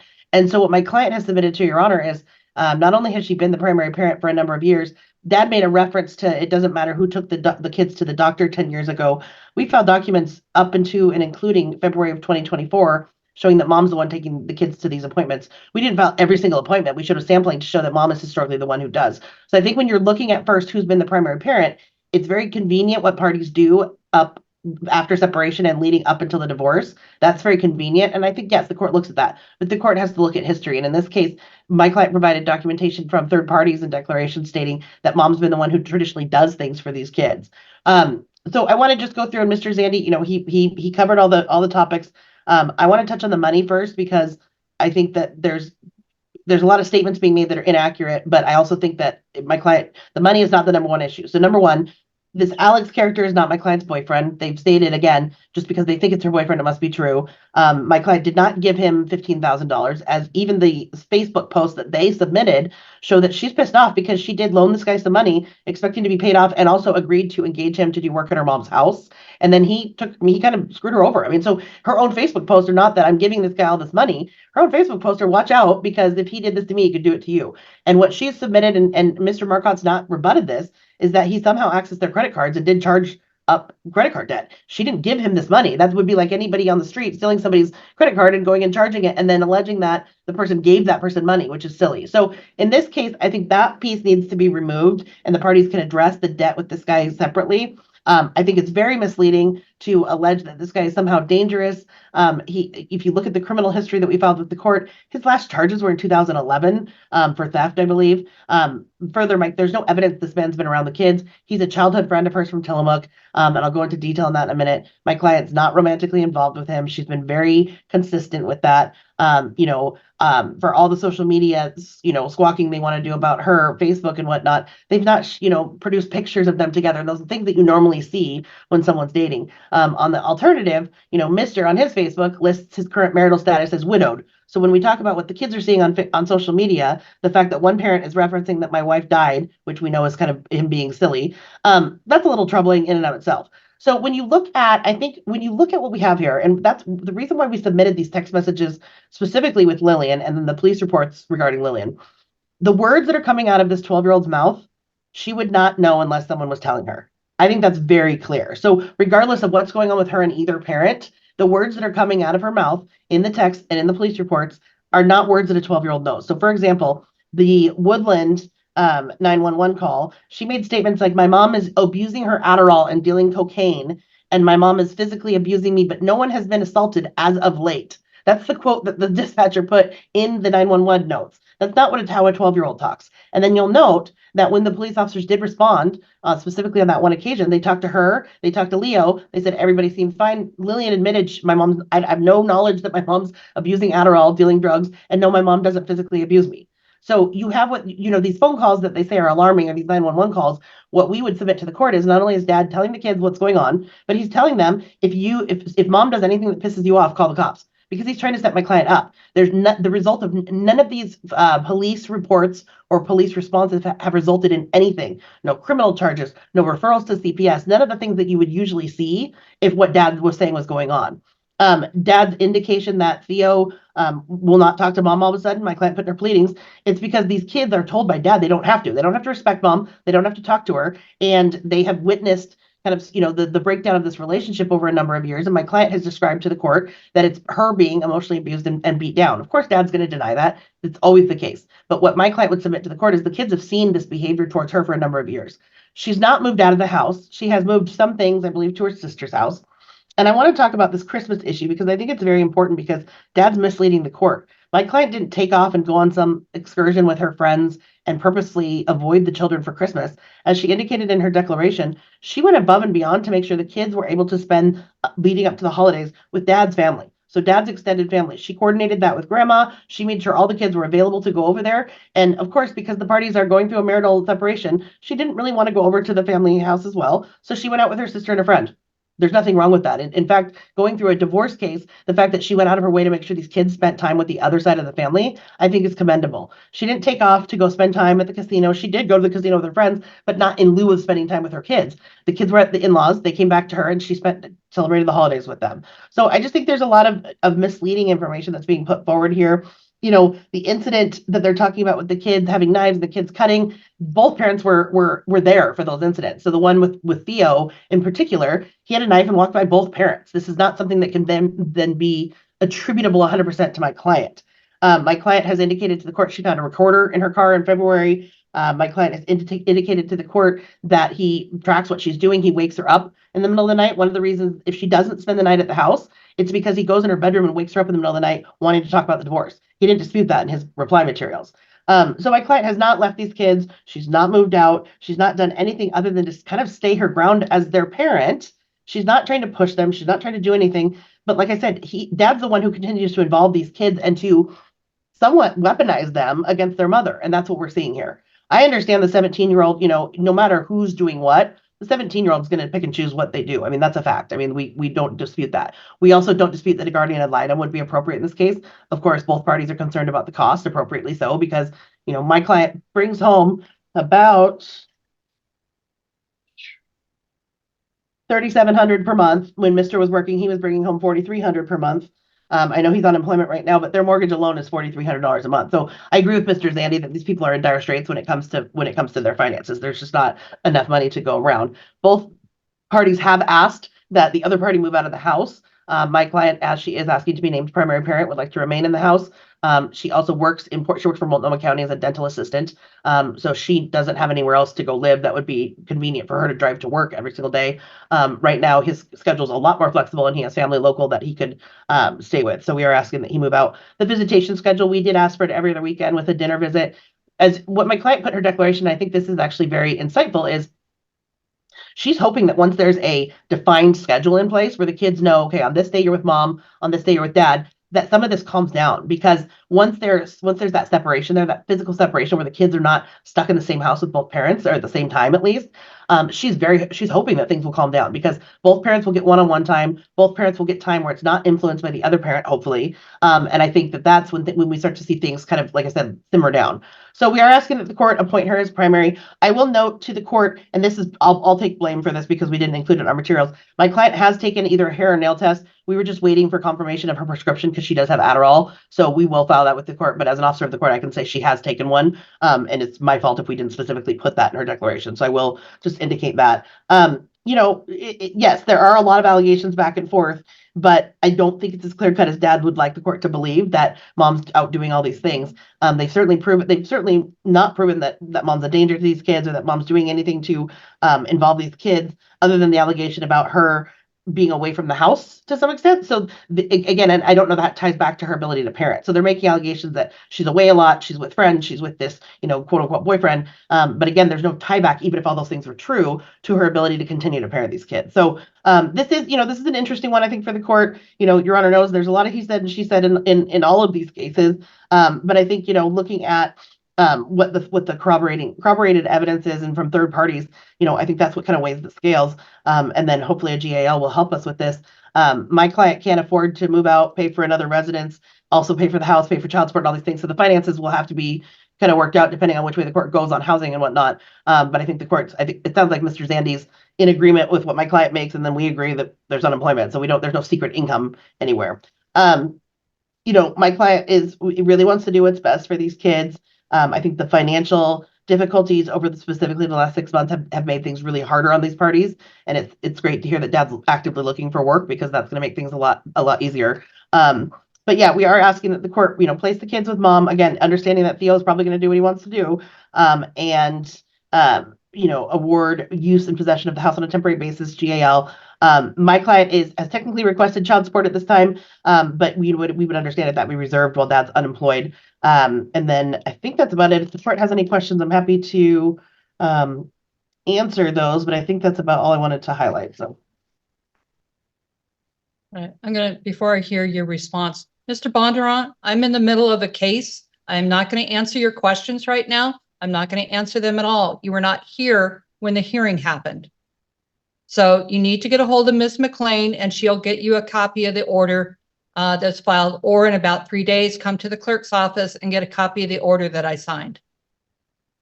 All right, Mr. Zandy. Yeah, and just very briefly, counsel makes the argument about all you got to do is look at the corroborating evidence from third parties. You don't even need to do that.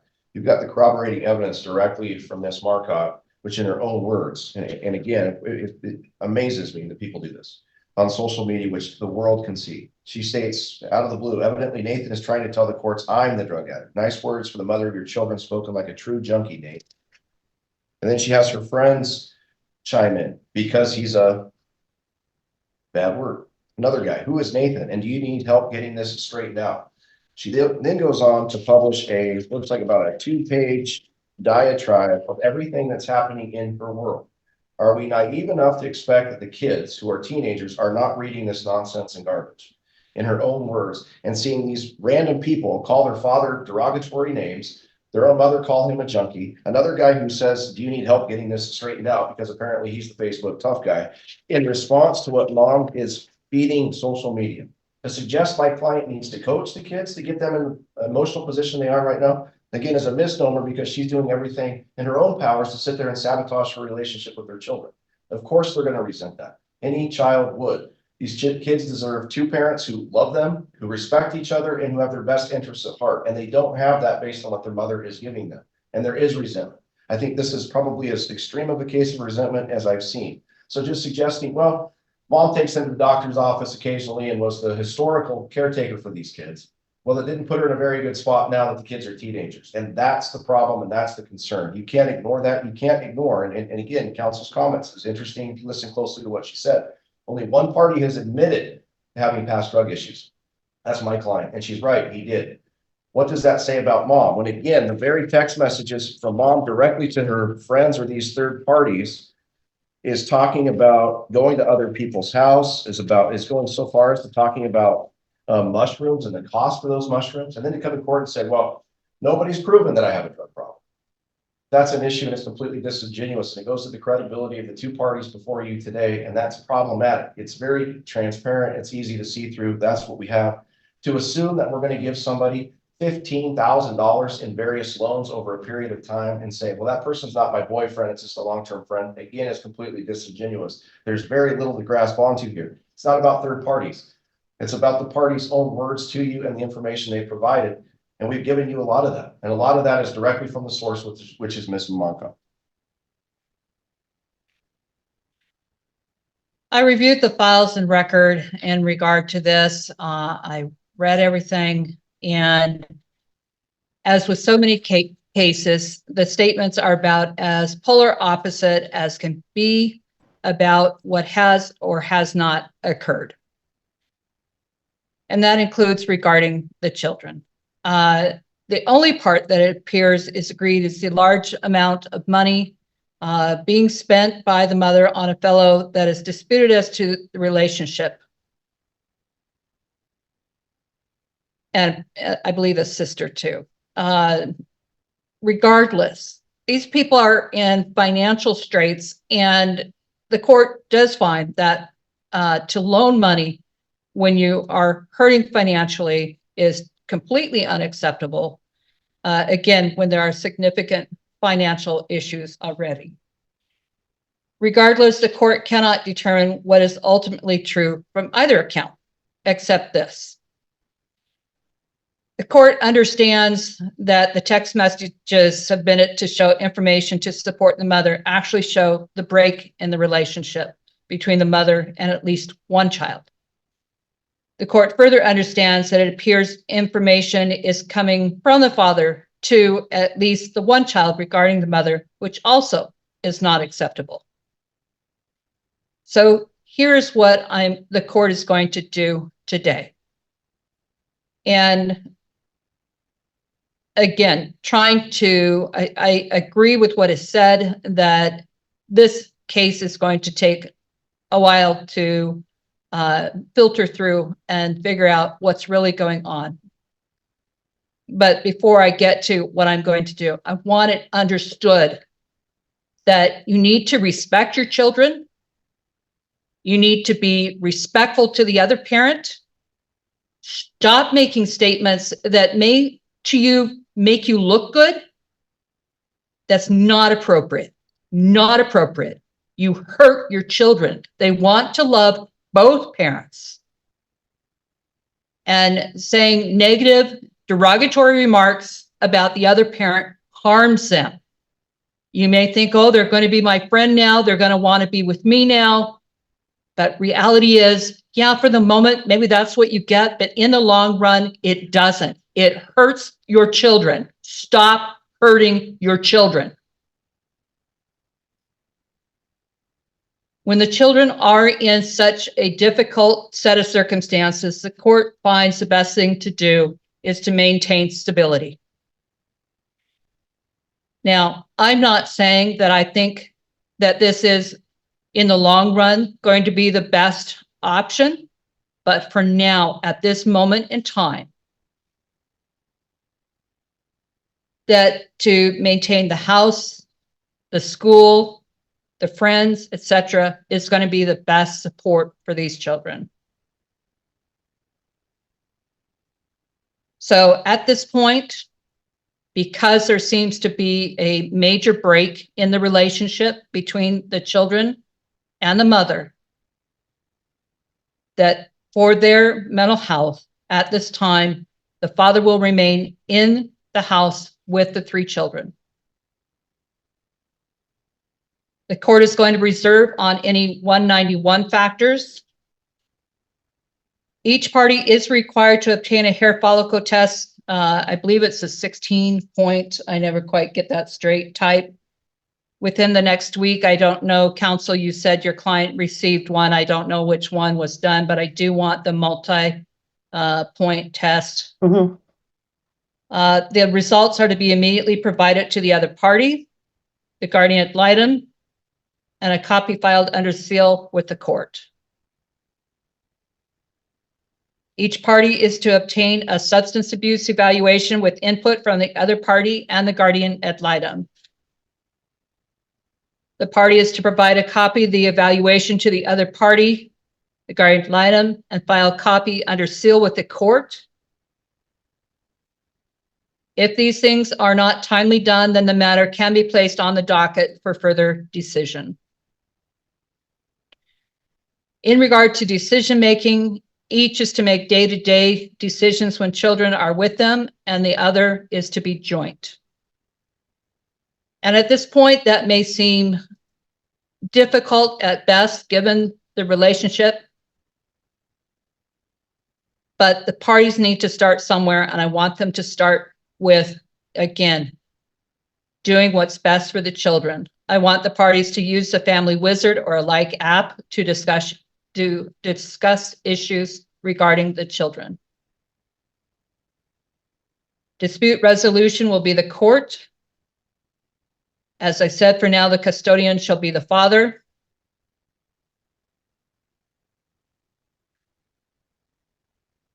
And they will have residential time with the mother from Friday at 5 p.m. to Sunday at 5 p.m. the first third, and fifth Fridays of the month.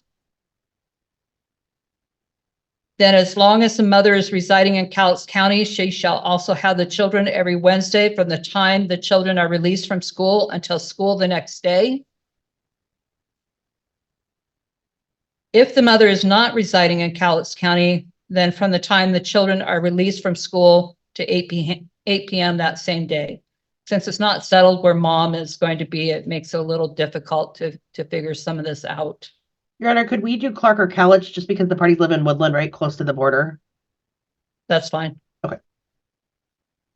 Neither parent shall consume alcohol, marijuana, or non-prescribed drugs 8 hours before and during the time the children are scheduled to reside with that parent. During the summer, each parent shall have 2 non-consecutive weeks of residential time with the children.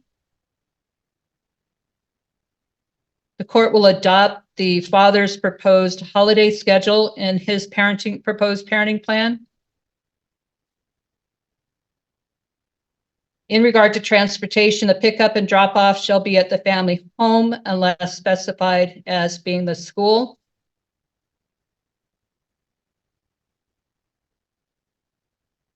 Paragraph 14 of the father's residential schedule is adopted, except to add neither parent is to discuss the legal proceedings with the children.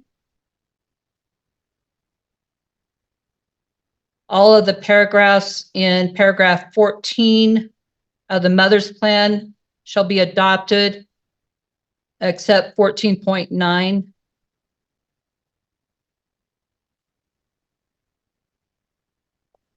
In regard to the financial part, the father for now shall remain, as I said, in the family home, and the mother shall move by April 15, 2024 at 5 p.m.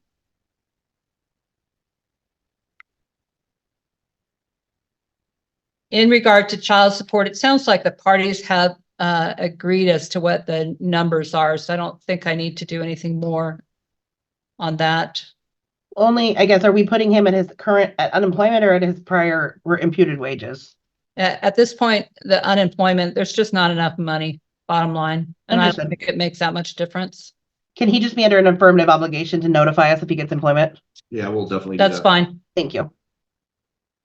Personal property, each will use what is in their possession. That's difficult because they're still in the family home. So the mother can take her personal property and items agreed upon in writing between the parties.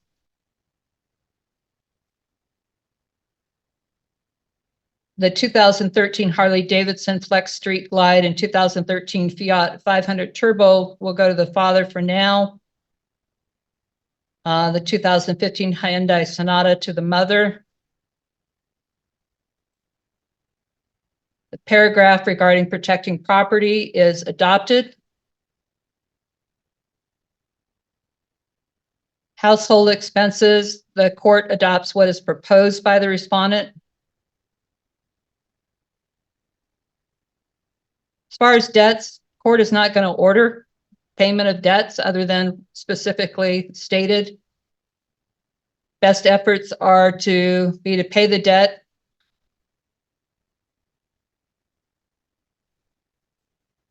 Each is responsible for any future debt they incur.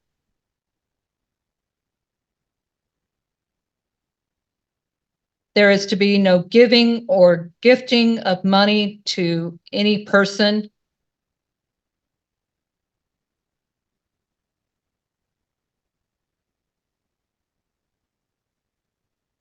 Same order related to gambling as well.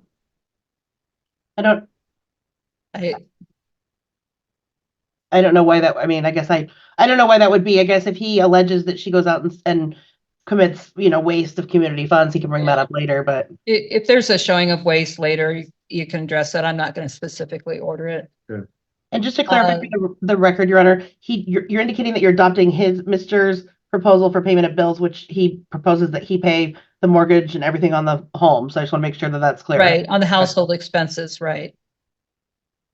And then on the other part where it's the listing of debts, I'm not being specific on that one. Okay.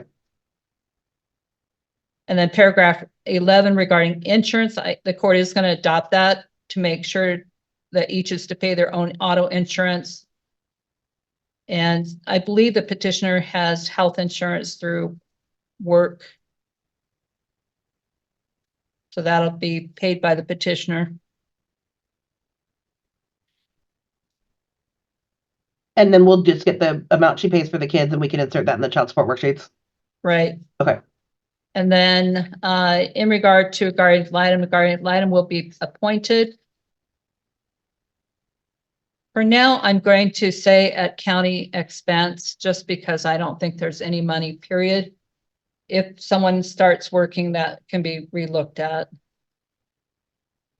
And I should clarify that mom is working, but if dad, I don't think she's making that much or there's enough to go around, but I just need the next three names. Ann Height, Keith Lawrence, and Heather Hill. I will strike Keith Lawrence. And I will strike Ann Height. Anything I missed? Presentation date. I know the 2nd and the 9th are filling up pretty quick. Sounds Second like. isn't. Oh, second's If you okay. could get them done, the order's done. All right, is that good for you, Miss Rush? I'll do that. I can, And I want to get the GAO going, so I'll make it work. okay. Huh. And I'll get you those hopefully by Thursday, but no later than Friday. That works. Okay. All right. Thank you. And Your Honor, are you setting a review date for the GAL at this point or not?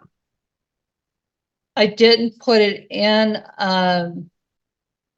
There are standards that are usually just put into the order, so I didn't specifically put it in at this time. Okay. Okay. All right, that concludes this docket. All right, thank you, Heather.